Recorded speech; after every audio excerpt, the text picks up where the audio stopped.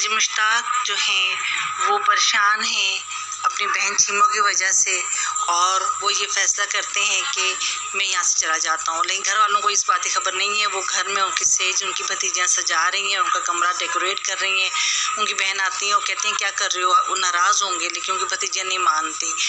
इधर उनकी भाभी अपने मियाँ से कहती हैं कि ऐसा करो कि मेहमानों की लिस्ट तैयार कर लो।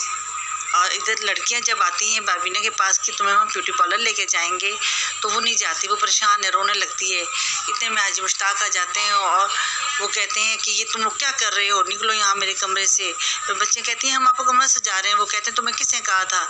फिर वो परेशान होके बैठ जाते हैं। सब बच्चियाँ चली जाती हैं, जाके सबको बताती हैं कि हमें बड़े अब्बा ने डांटा है। बारबिनिया भी परेशान है। हाजी साहब बारबिनिया से कहते हैं कि आफाक बेशरम जो है उसकी वजह से मुझे घर छोड़ना पड़ेगा। सब घर वाले उनके कमरे में आते हैं और वो पूछते हैं कि क्या वजह है, क्यों आपने बच्चों को डांटा है, और बारबिनिया क्यों रो रही है। वो कहते हैं कि बारबिनिया का भाई फोत हो गया है, इस वजह से ये रो रही है। वो उनकी भतीजियाँ सब जब आती हैं दोबारा, और तो वो परेशान हैं सब, उनका भाई भाभज बहन सब परेशान होते हैं। तो और वो कहते हैं कि ऐसा करें आप बारबिनिया को भेज दें। तो हाजी मुश्ताक कहते हैं ये मेरी बीवी है, मेरी जिम्मेदारी है, मैं खुद इसे लेके जाऊंगा। उनका भाई कहता है आप ऐसा करें इसे बॉर्डर पे छोड़ दें। चीमो कहती है हाँ हाँ इसको छोड़ आओ जाके। हाजी मुश्ताक गुस्सा होते हैं और कहते हैं कि तुम्हें जो है वो खुशी का और ना ही गुस्से का इजहार करना आता है। हाजी मुश्ताक अपने भाई से कहते हैं कि तुम लोग अगर ससुराल में कुछ भी हो जाए तो मैं पुरसे के लिए जाता हूँ, मेरा जाना ज़रूरी होता है। मेरे ससुराल में कोई डेथ हो गई है तो तुम सबको क्या मसला है, मैं जाऊँगा। वो बारबिनिया से कहते हैं कि तुम तैयारी करो हम जा रहे हैं। बारबिनिया जो है वो सामान पैक करने लगती है और फिर हाजी साहब अपने भाइयों से रुखसत होते हैं, कब्रिस्तान आते हैं अपनी मम्मी की कब्र पे, लेकिन वहाँ पे वो नीचे नहीं उतरते हैं और वहीं से चल पड़ते हैं। बारबिनिया कहती भी है कि आपने जाना नहीं अम्मा से मिलने। वहाँ शाहीन बैठी इंतजार कर रही होती है क्योंकि ऐसे मस्जिद में ऐलान सुन लिया होता है कि वलीमा कैंसिल हो गया, हाजी मुश्ताक का साला डेथ हो गई है और वो अफ़गानिस्तान अपनी बीवी के साथ जा रहे हैं। हाजी मुश्ताक वहाँ से आफाक को फ़ोन करते हैं और कहते हैं कि मैं बारबिनिया को यहाँ से लेके जा रहा हूँ और ये तुम्हें अब कभी नज़र नहीं आएगी, इस शहर में कभी तुम इसे ना देख सकोगे। अब तुम जाकर इज्जत से चीमो को ले आओ। आफाक फ़ोन सुनता है और फिर आफाक अपने ससुराल जाता है और वहाँ से सबके साथ बैठता है। सब कहते हैं, वो समझते हैं कि चीमो को लेने आया है। कहते हैं अच्छा ठीक है तुम ले जाओ। वो कहता है कि मैं तो चीमो को नई गाड़ी में लेके जाऊँगा जो कि मुझसे भाई साहब ने वादा किया है। और हाजी मुश्ताक के भाई कहते हैं हमें इसका कोई इल्म नहीं है। हाजी मुश्ताक जो है वो जब वहाँ पहुँचते हैं तो जिन मौलवी साहब के घर वो जाते हैं पता चलता है उनकी तो डेथ हो चुकी है। गुलाम सरवर उन्हें बताता है कि आज ही अचानक वो मगरिब के वक्त उनकी डेथ हो गई है। हाँ, बहुत परेशान होते हैं हाजी मुश्ताक के, अब इन्होंने इनके पास में आया था, अब मैं कहाँ जाऊँ। वो परेशान बैठे हुए हैं।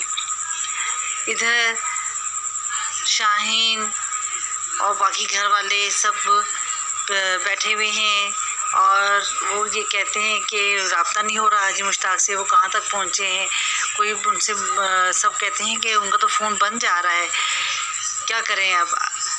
चीमो भी कहती है कि अब परेशान हो रहे हैं सब, क्या करें। तो आफाक जाने लगता है तो चीमो साथ चलने लगती है। तो आफाक कहता है नहीं तुम यही रहो, तुम्हें मैं नहीं लेके जाऊंगा जब तक तुम्हारा भाई अपना वादा पूरा ना करे और मुझे नई गाड़ी ना दे। चीमो कहती है मुझे गाड़ी नहीं चाहिए। वो कहता है कि मुझे चाहिए, तुम्हें नहीं चाहिए तो क्या हुआ। सब बहुत ही परेशान होते हैं और आफाक चला जाता है। इधर गुलाम सरवर जब जनाजा दफना के वापस आता है तो वह हाजी मुश्ताक को लेकर आता है और कहता है कि मौलवी साहब ने ये आपके लिए अपना घर जो है रखा था कि यहाँ आप आके रहेंगे, और वो खुद कह रहे थे कि मैं हुजरे में रहूँगा। दूसरे दिन कुल होता है, वहाँ पे हाजी मुश्ताक वहाँ से पारा पड़ रहे होते हैं कि हाफिज़ गुलाम सरवर आता है, दरवाज़ा बजाता है, बाबनिया से कहता है कि मैं साथ वाले कमरे में रहता हूँ, कोई मसला हो तो मुझे बताना। इधर आयशा जो है शाहीन से वादा किया होता है कि मैं जो हाजी मुश्ताक की बीवी के लिए उनकी माँ ने जोड़ा बनाया था जो मैंने मंगनी में पहना था और बारबिनिया ने शादी पे, वो मैं तुम्हें दे दूँगी। लेकिन बारबिनिया वो जोड़ा साथ ले गई है। बहुत रोती है शाहीन। इधर एक दिन जब कुल से वापस आते हैं हाजी मुश्ताक तो देखते हैं तो घर में कोई भी नहीं है। वो हर तरफ बारबिनिया को ढूंढते हैं, बाहर भी निकल के ढूंढते हैं। वो बहुत थक जाते हैं बारबिनिया को ढूंढते ढूंढते। आखिर एक जगह उन्हें बारबिनिया बैठी नज़र आती है। वो कहते हैं तुम यहाँ मुझे बता तो देती तुम यहाँ आई हो, क्यों आई हो। वो रोना शुरू हो जाती है। वो कहती है और उन्हें बताती है कि इस तरह से हाजी गुलाम सरवर मेरे कमरे में आ गया था और मैं डर कर वहाँ से भाग आई हूँ। हाजी मुश्ताक को बहुत गुस्सा आता है। वो वहाँ से भागे हुए मस्जिद में जाते हैं और वहाँ पर वो एक मौलवी साहब होते हैं, उनसे पूछते हैं कि गुलाम सरवर कहाँ है। वो कहता है कि वो तो यहाँ से चला गया, अपने गांव वापस चला गया है। हाजी मुश्ताक बहुत परेशान होते हैं। वो अपने दोस्त दुकानदार के पास आते हैं और कहते हैं कि मैं तो यहाँ हाजी साहब मौलवी साहब के पास आया था और मेरे साथ ये हुआ है। इधर शाहीन आयशा भी नाराज़ हो रही है कि तुम मेरा जोड़ा क्यों नहीं मुझे दिया। वो कहती है मुझे क्या मालूम था कि बाबिनिया ले गई है।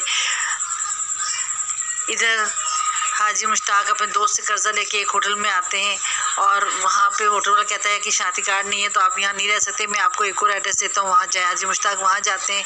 वहाँ एक लड़का जो है वो कहता है कि ठीक है आप रह सकते हैं बगैर शनाख्ती कार्ड के, लेकिन आपको जो है अपनी बीवी का चेहरा दिखाना होगा। वो जैसे ही बाबिनिया को देखता है तो वो